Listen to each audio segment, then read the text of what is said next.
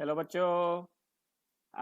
Last class में क्या हमने पढ़ा था? पाइथागोरस थ्योरम का प्रूफ और यूजिंग हमने सिमिलर ट्रायंगल्स के कॉन्सेप्ट से उसको प्रूफ किया था। आज भी पाइथागोरस थ्योरम प्रूफ करेंगे लेकिन यूक्लिड्स मेथड से, राइट? तो उसको जानने से पहले बच्चों दो तीन कॉन्सेप्ट्स में बता देता हूँ। पहला कॉन्सेप्ट है बच्चों कि अगर दो ट्रायंगल कॉन्ग्रुएंट हैं, जैसे यहाँ पे ए बी सी है बच्चों, और यहाँ एक और ट्रायंगल आपका डी ई एफ है, राइट? अगर triangle A B C is congruent to triangle D E F बच्चों, तो इसका ये मतलब होता है कि एरिया भी सेम होंगे। Area of triangle A B C is equal to बच्चों is equal to area of triangle D E F, right? ये काफी कॉमन चीज है, क्योंकि अगर तीनों साइड सेम ही होंगे, राइट? ये ए बी अगर डी के बराबर है, ए सी आपका डी एफ के बराबर में, और बी सी आपका ई एफ के बराबर में, तो इसका भी ट्राइंगल का जो एंगल, सॉरी, इसका इस ट्राइंगल का भी एरिया होगा, इस ट्राइंगल का भी जो एरिया होगा सेम होगा। क्योंकि एरिया में क्या, एरिया याद करो, हेरोन्स फॉर्मूला से क्या था? Root over S into S minus A into S minus B into S minus सी।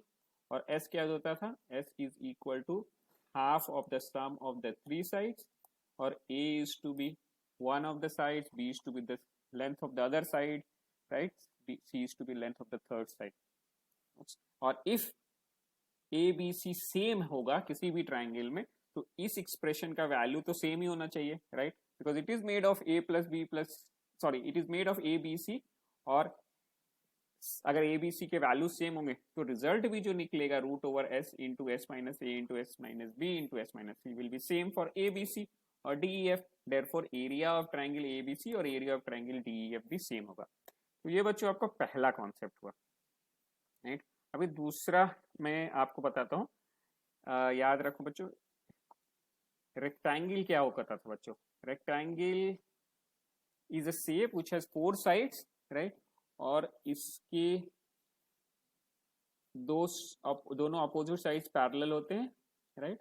तो ये ए बी सी डी, इसमें A B will be parallel to बच्चों सी डी, राइट?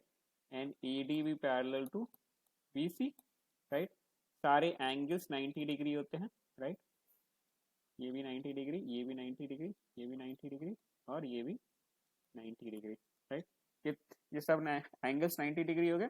तो इसका मतलब angle A is equal to angle B is equal to angle C is equal to angle D, right बच्चों? ये हो गया। और ये जो साइड होता है उसका लेंथ अगर एल है, तो ये भी साइड का लेंथ एल होगा, और इसका ब्रेथ बी है, तो इसका भी लेंथ इस ये साइड का भी लेंथ बी होगा, राइट? और एरिया को क्या होता था बच्चों? Area will be equal to length into breadth. ये ट्राइंगल के लिए, ये रेक्टेंगल के लिए हो गया कॉन्सेप्ट बच्चों। यही चीज स्क्वायर के लिए क्या होता था बच्चों? Square is also made of four sides, right? और उसमें भी this is parallel to this is parallel to this, ये A B C D, right? Right? तो A B is parallel to B C, AD is parallel to BC, angle A is equal to angle B is equal to angle C is equal to angle D is equal to 90 degree बच्चों। ये हो गया। और क्या होता था square में बच्चों? ये सब हो गया, लेकिन इसमें एक और इम्पोर्टेंट पार्ट था कि अगर इसका लेंथ L है तो इसका भी लेंथ L होगा, और इसका भी लेंथ L होगा, राइट? और इसका भी लेंथ L होगा। मतलब all the length of all sides is same। और बच्चों हमारा इसमें क्या, रेक्टेंगल में क्या होता था? Lengths of only the opposite sides are same. So ये एल है, ये एल है, राइट? ये दो कॉन्सेप्ट, राइट? फाइनली बच्चों, अगर मान लो ये अगर एक रेक्टेंगल है बच्चों, राइट? सो ये A B C D, right.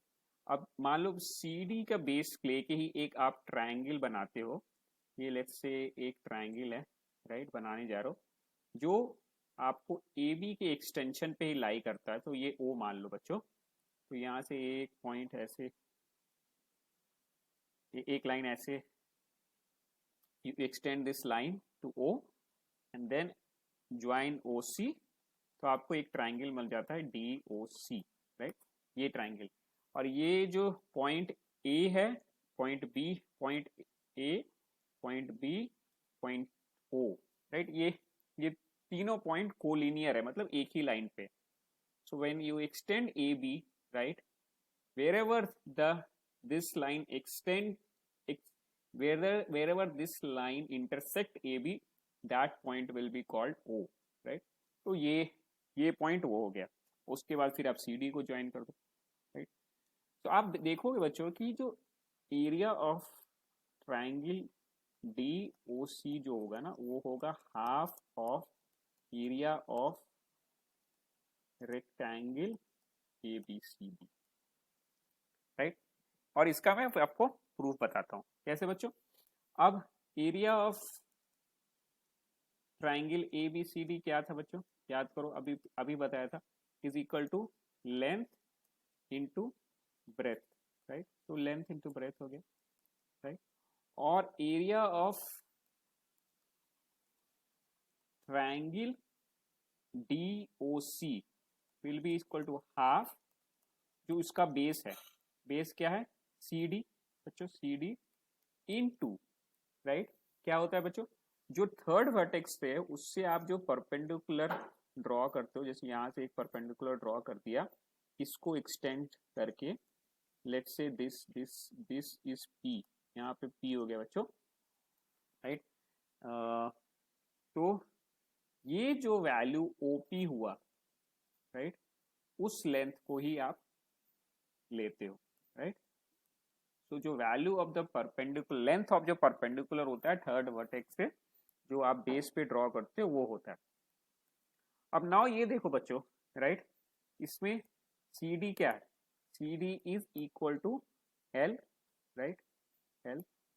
और OP क्या है बच्चों, एक्चुअली OP का वैल्यू जो है बच्चों, OP, राइट, मैं एक इरेज करता हूँ तो आप लोग अच्छे से समझ में आएगा ये सारा।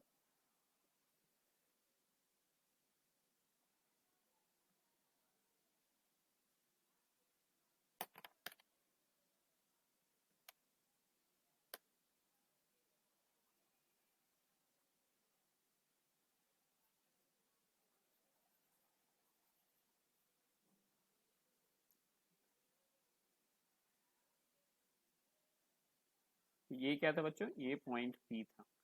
तो हम ये OP का लेंथ पता करना, राइट। OP का लेंथ क्या होगा बच्चों, OP का लेंथ सिमिलर होगा इसके या फिर इसके, राइट, क्योंकि OP is lying on this line, right बच्चों, AB पे ही लाइन कर रहा है, राइट। और AB, remember it's a triangle, so AB is parallel to CD, right. और what is the length between B and C, right? So the length between B and C, because B, याद करो, this is rectangle, this is also 90 degree, right, and this will be also 90 degree, right, right. So actually what does this length BC is, BC is the length between two parallel lines। वो कौन है parallel line, AB and CD, right। Similarly बच्चों, OP is the same length, right। OP also यहाँ से 90 degree है, so OP is also the length between two parallel lines, because collinear है, तो ये भी आपका AB पे है और P भी आपका CD पे है, so OP is the same length, right। It is also the length between two parallel lines between AB and CD। Therefore OP का भी लेंथ का वैल्यू आपका क्या होगा, BC के बराबर होगा। BC का लेंथ क्या है, B है बच्चों, क्योंकि रेक्टेंगल में अपोजिट साइड आर इक्वल, सो अगर ये B है तो ये भी B ही होगा, राइट। देयरफॉर आप इसको भी सब्स्टिट्यूट कर दो B से, right. So then what happens, this is half into length into breadth. और एरिया ऑफ rectangle ABCD क्या था, length into breadth, so this becomes your half into area of rectangle ABCD। तो ये प्रूव हो गया बच्चों। क्या प्रूव हुआ कि अगर कोई रेक्टेंगल है और उसमें ही अगर आप एक ट्रायंगल जो which is the same base as as as one of the sides of the triangle and the third vertex lies on the opposite side, then जो ट्रायंगल का एरिया होगा, मतलब this area, this is equal to half of ये आपका जो rectangle का area है। ये प्रूफ हो गया। ठीक है बच्चों, राइट। इसी जो लास्ट कॉन्सेप्ट यूज किया ना बच्चों, इसी को आप एक्सटेंड कर सकते हो स्क्वायर पे भी। मान लो ये रेक्टेंगल के जगह पे ये स्क्वायर होता, ABCD, राइट, और ये लेंथ होता, ये भी लेंथ होता, ये भी लेंथ होता, ये भी लेंथ होता, और मान लो आप यहाँ से एक स्ट्रेट लाइन ड्रॉ करते, राइट, जो इंटरसेक्ट करता AB को एक्सटेंड करने पे, मान लो ये एक्सटेंड करता और ये इंटरसेक्ट करता O पे, राइट, और यहाँ से O से C अगर आप एक ड्रॉ करते लाइन, तो आपका स्क्वायर जो है ABCD, क्योंकि ये भी 90 डिग्री है, ये भी 90 डिग्री है, ये भी 90 डिग्री है, और सब साइड सेम है, length of all the side same, length of all the sides are L L L, right, AB का भी लेंथ, तो एरिया ऑफ स्क्वायर क्या होता है बच्चों, L स्क्वायर हो जाता, और एरिया ऑफ ट्रायंगल DOC क्या होता है बच्चों, वो भी हो जाता half into CD, this CD, right, into जो भी परपेंडिकुलर आप ड्रॉ करोगे OP से, O से इस CD पे जो इंटरसेक्ट करता है यहाँ पे P पे, तो ये लेंथ OP, राइट। और अभी हमने प्रूव किया कि OP is actually the length between these two parallel lines AB and CD, और यहाँ पे इसका वैल्यू L है, इस दोनों पैरेलल लाइंस के बीच में डिस्टेंस L है, तो यहाँ पे भी L ही होगा, तो यहाँ पे भी L ही होगा बच्चों। Basically this is also CD is L and OP is also L, so this is half into L square, right?